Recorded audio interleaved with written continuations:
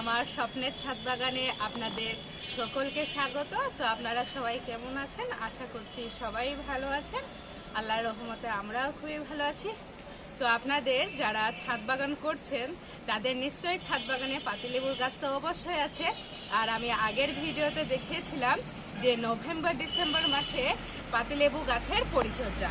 তো সেই পরিচর্যার পর আমার পাতিলেবু গাছে যে কি পরিমাণে পুরো গাছ ভর্তি মানে ফুলের কুড়ি এসেছে সেটা আমি আপনাদেরকে দেখাচ্ছি।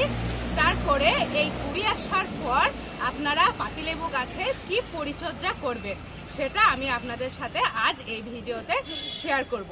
তো কি পরিচর্যা করছি চলুন আমি আপনাদেরকে দেখাই। আগে আপনারা সবাই আমার পাতিলেবুর গাছটা দেখুন যে কি পরিমাণে যে কুড়ি এসেছে, গাছ ভর্তি। এই যে দেখতে পাচ্ছেন প্রত্যেকটা ডালে ডালে কত সুন্দরভাবে দেখুন থকাই থকাই কিন্তু একেবারে কুড়ি চলে এসেছে। আর দেখুন কত সুন্দরভাবে কিন্তু পাতা ছাড়ছে। এই যে কচি কচি পাতা প্রত্যেকটা ডালে কিন্তু দেখুন কত সুন্দরভাবে পাতা ছাড়ছে। তো আমি আপনাদেরকে দেখিয়েছিলাম যাদের পাতিলেবু গাছে মানে এখনো অবধি ফুল আসেনি তারা হয়তো আমার ভিডিওটা দেখলে বুঝতে পারতেন যে নভেম্বর ডিসেম্বর মাসে কি পরিচর্যা করলে যে এমন গাছ ভর্তি আপনারা কুড়ি পাবেন। তো আমার গাছটাকে আপনারা জাস্ট দেখে বুঝতে পারছেন যে সেই পরিচর্যার ফল আপনাদের হাতে নাতেই আমি দেখাচ্ছি। দেখুন কত সুন্দরভাবে গাছ ভর্তি ফুল এসেছে। এই যে এবার ফুল মানে টিকিয়ে রাখার জন্যে আপনারা কি পরিচর্যা করবেন সেই সমস্ত তথ্য কিন্তু আমি এই ভিডিওতে আজকে আপনাদের সাথে শেয়ার করব। তো চলুন। তো আগের পরিচর্যা তো আপনারা দেখেছিলেন যে কিভাবে গাছকে টান দিলে যে গাছের পুরো পাতা আমরা ঝরিয়ে নিয়েছিলাম টান দিয়ে। কিন্তু এখন আর কি হয়েছে, গাছে যেহেতু আমার পুরো গাছে কলি চলে এসেছে, পাতাও ছাড়ছে, এখন কিন্তু গাছে আর টান দিলে কিন্তু আপনাদের চলবে না।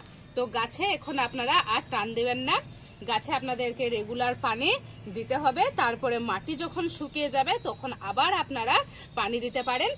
এবার আপনারা এই যে ফুল চলে এসেছে, গুটি এসেছে, এবার আপনারা কি খাবার প্রয়োগ করবেন, গাছে তো এবার খাবারের দরকার। তো কি খাবার আপনারা প্রয়োগ করবেন সেটা আমি আপনাদেরকে দেখাচ্ছি। এই যে দেখতে পাচ্ছেন এখানে আমি নিয়ে নিয়েছি গাছে খাবার দেওয়ার জন্য ভার্মি কম্পোস্ট নিয়েছি, আর আপনার নিয়েছি হাড়ের গুঁড়ো, আর নিয়েছে NPK 0050। তো আমি ভার্মি কম্পোস্ট নিয়েছি, আপনারা এর বদলে গোবর সারও নিতে পারেন।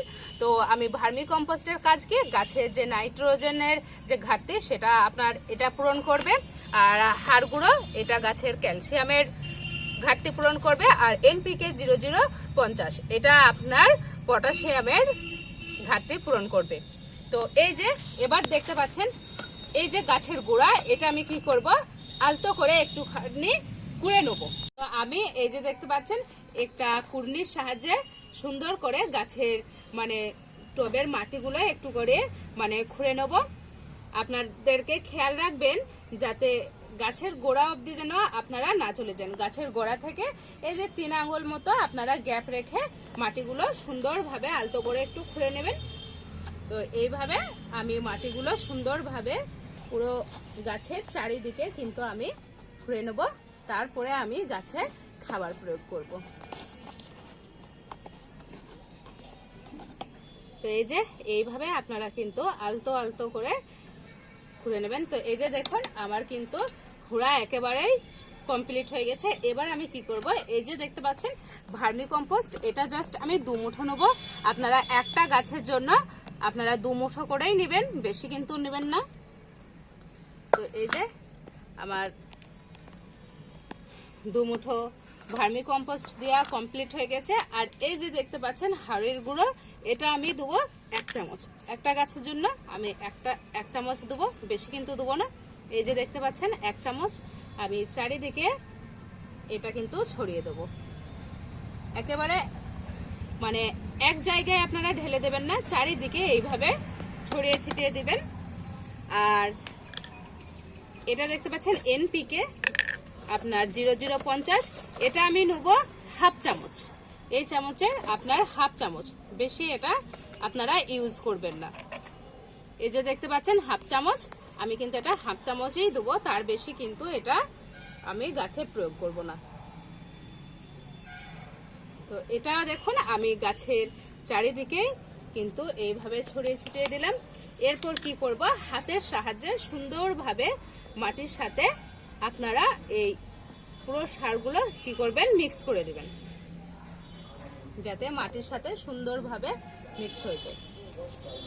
তো এই যে দেখতে পাচ্ছেন সুন্দরভাবে কিন্তু আমি গাছে খাবার প্রয়োগ করলাম, তারপরে কিন্তু আমি মাটির সাথে ভালোভাবে মিশিয়ে দিলাম। এবার কি করব, গাছে কিন্তু আমার এবার জল প্রয়োগ করতে হবে। আর কিন্তু লেবু গাছে টান দিলে আপনাদের চলবে না। এবার আপনাদের যথারীতি লেবু গাছে কিন্তু পানি দিতে হবে। যখন দেখবেন মাটি শুকিয়ে আসছে তখন আবার আপনারা পানি দিবেন। তো আমার যেহেতু সমস্ত কিছু কমপ্লিট হয়ে গেছে, এবার আমি কি করব, এবার গাছে কিন্তু আমি পানি দিয়ে দেব।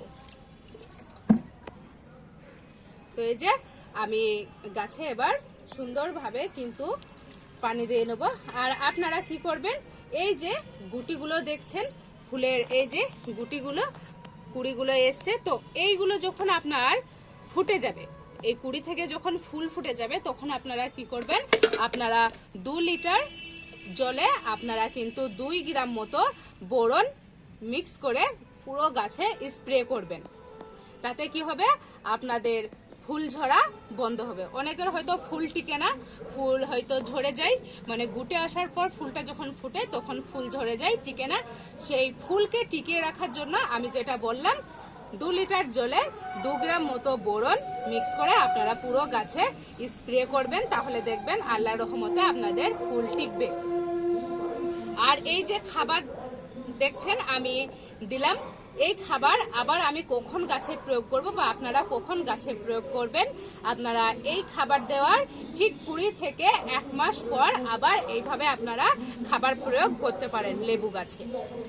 তো আমি আরো কিছুটা পানি দিয়ে নেব।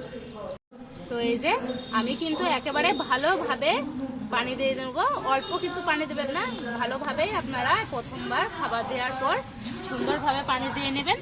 তো এই যে দেখতে পাচ্ছেন আমার পুরো পানি দেওয়া কিন্তু কমপ্লিট হয়ে গেছে।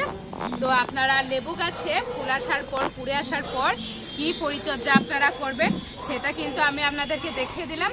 ফুল আসার আগে কি পরিচর্যা করতে হয় সেটাও আমি দেখিয়েছি, ফুল আসার পর কি পরিচর্যা করবেন সেটাও আমি দেখালাম। এবার ফুল ফোটার পর যে পরিচর্যা সেটাও কিন্তু আমি আপনাদেরকে বলে দিলাম, খাবার কখন দিবেন সেটাও বললাম। তো ভিডিওটি ভালো লাগলে অবশ্যই একটা লাইক, কমেন্ট, শেয়ার করবেন।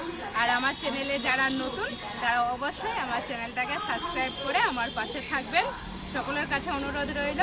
তো দেখা হচ্ছে নেক্সট কোনো ভিডিওতে, তথ্যমূলক ভিডিও নিয়ে আপনাদের কাছে উপস্থিত হব। ভিডিওটা আজকে এখানেই শেষ করছি, আজকের মতো টাটা।